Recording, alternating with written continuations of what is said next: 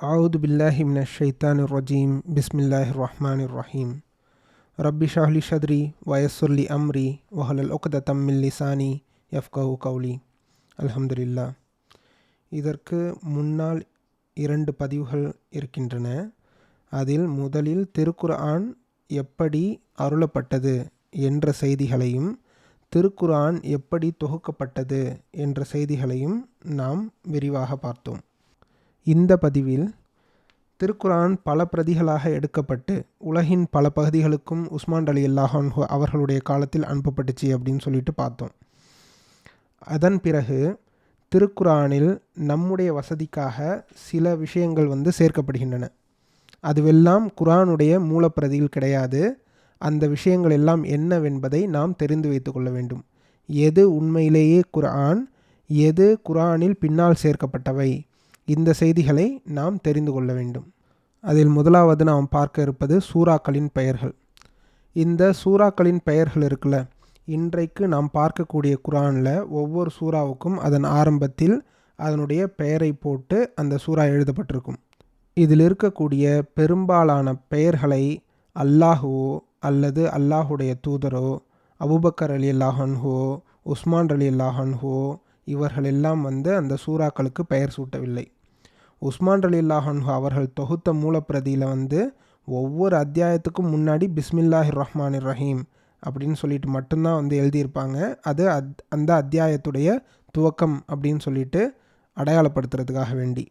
இது இல்லாமல் அத்தியாயத்துக்கு பெயர் கொடுக்குற வேலையை உஸ்மான் ரலியல்லாஹு அன்ஹு அவர்கள் செய்யலை. ஆனாலும் கூட நபிகள் நாயகம் ஸல்லல்லாஹு அலைஹி வஸல்லம் அவர்களுடைய காலத்தில் சூறாக்களுக்கு பெயர் குறிப்பிட்டு அழைக்கிற அந்த வழக்கம் இருந்துச்சு. அதில் ஒரு சில சூறாக்களுக்கு நபிகள் நாயகமே பெயர் வச்சுருந்தாங்க. என்னென்ன சூறா? முதல் அத்தியாயம் இருக்குல்ல, அல் ஃபாத்திஹா. இந்த அல் ஃபாத்திஹா சூறாவை நபிகள் நாயகம் ஸல்லல்லாஹு அலைஹி வஸல்லம் அவர்கள் ஃபாத்திஹத்துல் கிதாப், இந்த வேதத்தின் தோற்றுவாய் அப்படின்னு சொல்லிட்டு குறிப்பிட்டிருக்காங்க. இதுக்கு ஆதாரமாக புகாரியில் வரக்கூடிய ஹதீஸ்கள் இருக்குது. உதாரணமாக 756வது ஹதீஸ், 759வது ஹதீஸ், 762வது ஹதீஸ். இந்த ஹதீஸ்களில் அல் ஃபாத்திஹா சூறாவுக்கு ஃபாத்திஹத்துல் கிதாப் அப்படிங்கிற பெயரை நபிகள் நாயகம் குறிப்பிட்டுள்ளதை நம்மளால் பார்க்க முடியுது. அது மட்டும் இல்லாமல் வேறு சில ஹதீஸ்களில் இந்த சூரா ஃபாத்திஹாவுக்கு உம்முல் குர்ஆன், குர்ஆனின் தாய் அப்படின்னு சொல்லிட்டு நபிகள் நாயகம் ஸல்லல்லாஹு அலைஹி வஸல்லம் அவர்கள் பேர் வச்சுருக்காங்க. இதுக்கு உதாரணமாக புகாரியில் வரக்கூடிய 7407வது ஹதீஸில் இந்த செய்தியை நம்மால் பார்க்க முடியுது. அது மட்டும் இல்லாமல் சபுல் மசானி, திரும்ப திரும்ப ஓதப்படும் 7 வசனங்கள் எனவும் நபிகள் நாயகம் ஸல்லல்லாஹு அலைஹி வஸல்லம் அவர்கள் இந்த சூறாவுக்கு பெயர் வச்சுருக்காங்க. இதையும் புகாரியில் வரக்கூடிய 7407வது ஹதீஸில் பார்க்க முடியுது. அது மட்டும் இல்லாமல் அல் குர்ஆனில் அதீம், மகத்தான குர்ஆன் எனவும் நபிகள் நாயகம் ஸல்லல்லாஹு அலைஹி வஸல்லம் அவர்கள் இந்த அத்தியாயத்தை குறிப்பிட்டிருக்காங்க. இந்த விஷயமும் புகாரியில் வரக்கூடிய 7407வது ஹதீஸில் நம்மளால் பார்க்க முடியுது. அது மட்டும் இல்லாமல் சபுல் மசானி அப்படிங்கிற பேரும் அல் குர்ஆனில் அதீம் அப்படிங்கிற பேரும் இந்த சூரா ஃபாத்திஹாக்கு இருக்கிறத குர்ஆனிலும் நம்மளால் பார்க்க முடியும். குர்ஆனில் நீங்கள் அல் ஹிஜ்ர் அத்தியாயம் 15வது அத்தியாயத்தில் 87வது வசனம், வலக்கது ஆத்தைனா சபஅம் மினல் மசானி வல் குர்ஆனில் அதீம், முஹம்மதே திரும்ப திரும்ப ஓதப்படும் வசனங்கள் 7ஐயும் மகத்தான குர்ஆனையும் உமக்கு வழங்கியிருக்கிறோம். இது குர்ஆனில் வரக்கூடிய அந்த அத்தியாயத்தினுடைய பெயர்கள். அடுத்து 2வது அத்தியாயமான அல் பக்ரா. இந்த சூறாவுக்கும் நபிகள் நாயகம் ஸல்லல்லாஹு அலைஹி வஸல்லம் அவர்கள்தான் பெயர் சூட்டியதாக புகாரியில் வரக்கூடிய 4008வது ஹதீஸ்லையும் 5010வது ஹதீஸ்லையும் நம்மளால் பார்க்க முடியுது. அடுத்து 3வது அத்தியாயமான ஆல இம்ரான். ஆல இம்ரானுக்கும் நபிகள் நாயகம் ஸல்லல்லாஹு அலைஹி வஸல்லம் அவர்கள் தான் இது மாதிரி பெயர் வச்சுருக்காங்க. இது திர்மிதியில் வரக்கூடிய 2802வது ஹதீஸில் இருக்குது.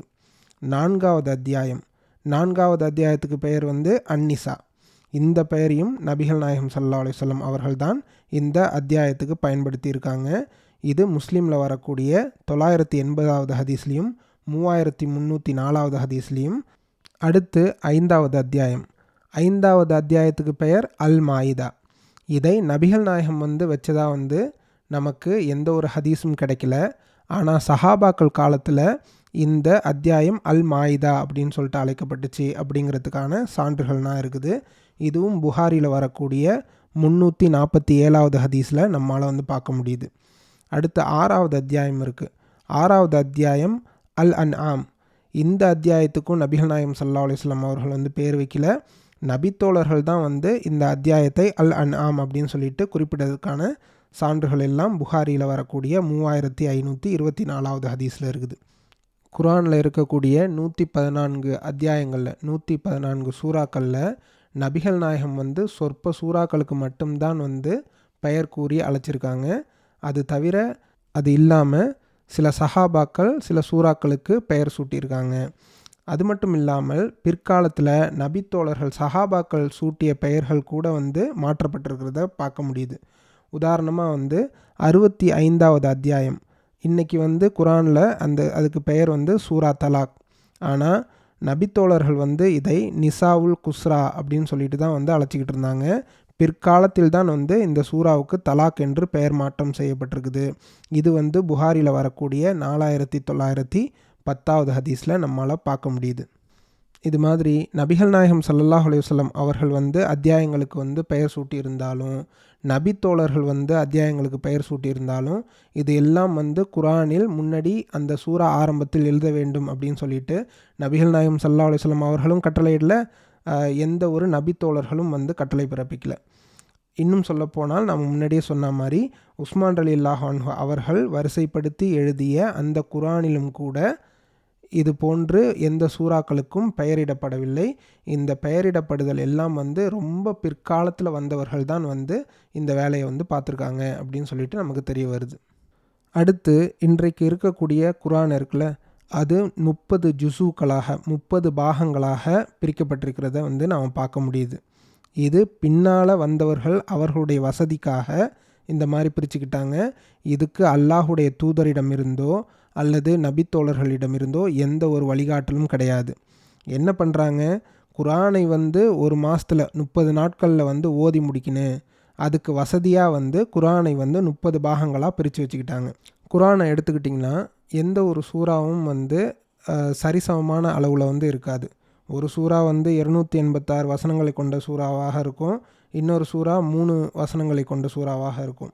இது மாதிரி இருக்கிற சமயத்தில் மாதத்துக்கு ஒரு தடவையாவது குர்ஆனை ஓதி முடிக்கணும் அப்படின்னு சொல்லிட்டு நினச்ச சிலர் என்ன பண்ணுறாங்க, இந்த குர்ஆனை 30 பாகங்களாக பிரிக்கிறாங்க. இது எப்படி பிரிக்கப்படுது, குர்ஆனுடைய மொத்த சொற்களையும் எண்ணி அதை 30ஆல் வகுக்கிறாங்க. அதன்படி இந்த 30 பாகங்களையும் வந்து பிரிக்கிறாங்க.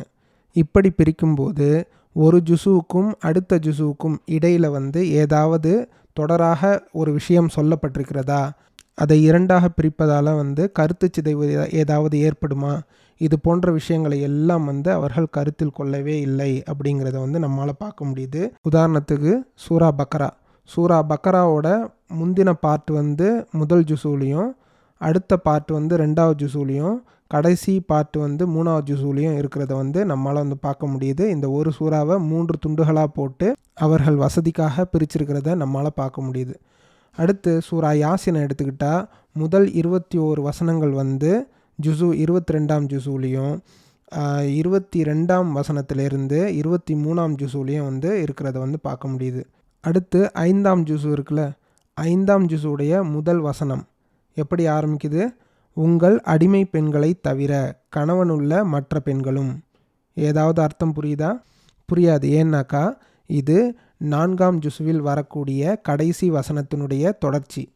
அந்த வசனம் எப்படி ஆரம்பிக்குது, உங்களுடைய தாய்மார்கள், உங்களுடைய புதல்வியர்கள், உங்களுடைய சகோதரிகள் அப்படின்னு சொல்லிட்டு ஒரு பட்டியலை போட்டுட்டு இவர்களை எல்லாம் திருமணம் செய்யக்கூடாது அப்படின்னு சொல்லப்படுது. அந்த பட்டியலோட தொடர்ச்சி தான் வந்து 5ஆம் பாகத்தில் வந்து வருது, உங்களுடைய அடிமை பெண்களை தவிர அப்படின்னு சொல்லிட்டு. ஸோ இப்போது முதல்ல ஆரம்பிச்சிருக்கிற அந்த வசனத்துக்கும் இந்த வசனத்துக்கும் எந்த ஒரு தொடர்ச்சியும் பார்க்காம அது 5வது ஜுஸு அப்படின்னு சொல்லிட்டு பிரிக்கணும் அப்படிங்கிறதுக்காக இந்த கருத்து சிதைவனா பார்க்காம பிரிச்சிருக்கிறத நம்மளால் பார்க்க முடியுது. இது எந்த அளவுக்கு வந்து நாம் நினச்சிக்கிட்டு இருக்கோம்னாக்கா, இந்த 30 ஜுஸுவாக பிரித்தது அல்லாஹ்வே நமக்கு 30 ஜுஸுவாக பிரித்து கொடுத்ததா நினச்சிக்கிட்டு இருக்கோம். ஆனால் அது கிடையாது. பின்னால் வந்தவர்கள் வசதிக்காக இந்த 30 ஜுஸுக்களாக பிரித்து வச்சுருக்காங்க அப்படிங்கிறத வந்து நாம் தெரிஞ்சு வச்சுக்கணும். உஸ்மான் ரலியல்லாஹு அன்ஹு அவர்கள் தொகுத்த அந்த மூலப்பிரதியில் இப்படி 30 பாகங்களாக எல்லாம் பிரிக்கப்படலை. அது மட்டும் இல்லாமல் ஒவ்வொரு மாதமும் குரானை ஓதி முடிக்க வேண்டும் அப்படின்னு சொல்லிட்டு எந்த ஒரு கட்டளையும் நமக்கு இடப்படவில்லை. நபிகள் நாயகம் ஸல்லல்லாஹு அலைஹி வஸல்லம் அவர்களோ அல்லாஹுவோ இது போன்று எதுவுமே நமக்கு சொல்லவில்லை. அந்த விஷயத்தையும் நாம் தெரிஞ்சு வச்சுக்கணும். அடுத்து ஒவ்வொரு ஜுசுவையும் 4ஆக பிரிச்சிருக்கிறதையும் பார்க்க முடியுது. 4 கால் பாகமாக பிரித்து வச்சுருக்காங்க.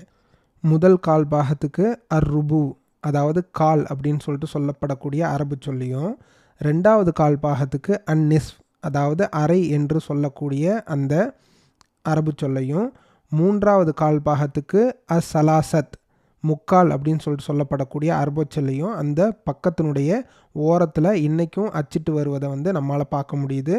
இதுவும் பிற்காலத்தில் செய்யப்பட்ட ஏற்பாடு என்பதை நாம் அறிந்து கொள்ள வேண்டும். அடுத்து குர்ஆனில் ஒவ்வொரு ஜுசுவையும் சமமான 8 பகுதிகளாக பிரித்து அந்த ஒவ்வொரு பகுதிக்கும் சுமூன்னா 8ல் 1 அப்படின்னு சொல்லிட்டு குறிப்பிடுவதையும் சமீப காலங்களில் பார்க்க முடியுது. எப்படி 30 ஜுசுக்களாக குர்ஆனை பிரித்தார்களோ அதே மாதிரி குர்ஆன் 7 மஞ்சில்களாகவும் பிரிக்கப்பட்டிருக்குது. இந்த 7 சமமான பகுதிகளாக பிரிக்கப்பட்டு இன்றளவும் குர்ஆனில் ஒவ்வொரு மஞ்சிலும் முடிகிறப்ப அந்த ஓரத்தில் இந்த மஞ்சில்களுடைய பெயரை அச்சிடுறதை இன்றைக்கும் பார்க்க முடியுது. வாரத்தில் ஒரு குர்ஆனை முடிப்பதற்கு நபிகள் நாயகம் ஸல்லல்லாஹு அலைஹி வஸல்லம் அவர்கள் அனுமதி அளிச்சிருக்கிறதா சில ஹதீஸ்கள் இருக்குது. ஆனால் ஒரு நாளைக்கு இவ்வளவு தான் ஓதுனு, இந்த அளவு தான் ஓதுனு அப்படின்னு சொல்லிட்டு நபிகள் நாயகம் ஸல்லல்லாஹு அலைஹி வஸல்லம் அவர்கள் எந்த ஒரு கட்டளையும் நமக்கு பிறப்பிக்கவில்லை. ஒரு நாளைக்கு எந்த அளவு ஓதுறது, இந்த விஷயத்தை நாம் தான் முடிவு செஞ்சு கொள்ளணும். இதுக்கு யாரும் பிரித்து கொடுப்பதற்கு எந்த ஒரு வழிவகையும் கிடையாது. இதையும் நாம் புரிஞ்சு கொள்ள வேண்டும். அடுத்து நாம் பார்க்க இருப்பது ருக்கூகள். ருக்கு அதாவது குர்ஆனை 558 ருக்கூகளாக பிரித்திருக்காங்க. என்னன்னாக்கா, ஒருவர் குர்ஆனை தொழுகையின் போது ஓதும்போது ஒவ்வொரு தடவை ருக்கு போகிறதுக்கு முன்னாடியும் இந்த அளவு தான் ஓதுனு அப்படின்னு சொல்லிட்டு தன்னிச்சையாக எந்த ஒரு ஆதாரமும் இல்லாமல் இந்த 558 ருக்கூகள், அதாவது ஐன் அப்படின்னு சொல்லிட்டு இன்றைக்கி சொல்லுவோம்ல, ஒரு ஐன் ஓதுறது, 2 ஐன் ஓதுறது அப்படின்னு சொல்லிட்டு, இந்த ஐனாக பிரிச்சிருக்கிற அந்த விஷயமும் நபிகள் நாயகம் ஸல்லல்லாஹு அலைஹி வஸல்லம் அவர்களோ அல்லது சஹாபாக்களோ நமக்கு கற்றுத்தராத விஷயம். இதுவும் தன்னிச்சையாக பிற்காலத்தில் வந்தவர்கள் அவர்களாக ஒரு முடிவு எடுத்துக்கொண்டு அவர்களாக பிரித்து வைத்திருக்கிறார்கள். இதுக்கும் நபிகள் நாயகம் ஸல்லல்லாஹு அலைஹி வஸல்லம் அவர்களுக்கும் அல்லாஹுக்கும் எந்த ஒரு சம்பந்தமும் கிடையாது. அடுத்து நீங்கள் குர்ஆனில் பார்த்தீங்கன்னா 15 இடங்களில் சஜிதா அப்படின்னு சொல்லிட்டு அந்த குர்ஆனுடைய ஓரத்தில் பக்கத்தினுடைய ஓரத்தில் போட்டிருக்கிறத நம்மளால் பார்க்க முடியுது. சஜிதாவை பற்றி சொல்லக்கூடிய வசனங்கள் குர்ஆனில் நிறையா இருக்குது. ஆனால் இந்த 15 வசனங்கள் தான் சஜிதாவுடைய வசனங்கள் அப்படின்னு சொல்கிறதுக்கு ஆதாரபூர்வமான ஹதீஸ்கள் ஒன்று கூட கிடையாது. இந்த 15 இடங்களில் சஜிதா அப்படின்னு சொல்லிட்டு பிரிண்ட் பண்ணியிருக்காங்களே, இதில் ஹனஃபி ஓதும்போது 14 இடங்களில் மட்டும்தான் சஜிதா செய்வார். ஒரு இடத்துல, அதாவது 22ஆம் அத்தியாயம் 77வது வசனத்தில் என்ன போட்டிருக்கோம், சஜிதான்னு சொல்லிட்டு போட்டு இது ஷாஃபி இமாம் கருத்துப்படி இந்த இடத்தில் சஜிதா செய்ய வேண்டும் அப்படின்னு சொல்லிட்டு போட்டிருப்பாங்க. அந்த இடத்துல ஓதுறவர் ஹனஃபியாக இருந்தாருக்கா அவர் அந்த இடத்துல சஜிதா செய்ய மாட்டார். அதே மாதிரி 38வது அத்தியாயம் 24வது வசனத்தில் ஹனஃபி மதுஹபை சேர்ந்தவர்கள் சஜிதா செய்வாங்க. ஆனால் ஷாஃபி மதுஹபை சேர்ந்தவர்கள் இந்த இடத்துல சஜிதா செய்ய மாட்டாங்க. ஹனஃபியாக இருந்தாலும் ஷாஃபியாக இருந்தாலும் அவர்களுக்கு 14, இவர்களுக்கு 14. இவர்கள் ஒரு விஷயத்தை விட்டுருவாங்க, அவர்கள் இன்னொரு சஜிதாவை விட்டுருவாங்க. இது போன்று ஷாஃபி இமாம்களுடைய கருத்தும் ஹனஃபி இமாம்களுடைய கருத்தும் குர்ஆனில் எழுதப்பட்டிருக்குன்னா இது எல்லாம் மூலப்பிரதியில் கிடையாது. இதுவெல்லாம் பின்னால் வந்தவர்கள் சேர்த்த விஷயங்கள். அடுத்து உண்மையிலேயே நாம் ஹதீஸ்களில் தேடி பார்த்தோம் என்றால் 4 வசனங்களை ஓதும்போது மட்டும்தான் நபிகள் நாயகம் ஸல்லல்லாஹு அலைஹி வஸல்லம் அவர்கள் சஜிதா செஞ்சுருக்காங்க. எந்தெந்த வசனங்கள்? 96வது அத்தியாயம் 19வது வசனம். இந்த வசனத்தை ஓதும்போது நபிகள் நாயகம் சஜிதா செய்தார்கள் அப்படின்னு சொல்லிட்டு முஸ்லீமில் வரக்கூடிய 2 ஹதீஸ்களில் வருது. அடுத்து 84வது அத்தியாயம் 21வது வசனம். இந்த இடத்துலையும் நபிகள் நாயகம் ஸல்லல்லாஹு அலைஹி வஸல்லம் அவர்கள் சஜிதா செய்ததாக புகாரியில் வரக்கூடிய 4 ஹதீஸ்களில் வருது. அடுத்து 53வது அத்தியாயம் 62வது வசனத்தை ஓதும்போதும் நபிகள் நாயகம் ஸல்லல்லாஹு அலைஹி வஸல்லம் அவர்கள் சஜ்தா செய்தார்கள் என்று புகாரியில் வரக்கூடிய 5 ஹதீஸ்களில் வருது. அடுத்து 38வது அத்தியாயம் 24வது வசனத்தை ஓதும் போதும் நபிகள் நாயகம் ஸல்லல்லாஹு அலைஹி வஸல்லம் அவர்கள் சஜ்தா செய்ததாக புகாரில் 2 இடங்களில் வருது. எனவே இந்த 4 வசனங்களை தவிர வேறு எந்த வசனங்களுக்கும் நபிகள் நாயகம் ஸல்லல்லாஹு அலைஹி வஸல்லம் அவர்கள் சஜ்தா செய்தார்கள் என்று எந்த ஒரு ஆதாரபூர்வமான ஹதீஸிலும் கிடையாது. எனவே இது போன்று சஜ்தா செய்வதாக 15 இடத்தில் குறிப்பிடுவதற்கு எந்த ஒரு ஆதாரமும் கிடையாது. இதுவெல்லாம் பின்னால் சேர்க்கப்பட்டவை. மீதமுள்ள விஷயங்களை அடுத்து வரக்கூடிய பதிவில் நாம் பார்க்கலாம். இன்ஷா அல்லாஹ். வாஹிதாவானா அல்ஹம்துலில்லாஹி ரபில் ஆலமீன்.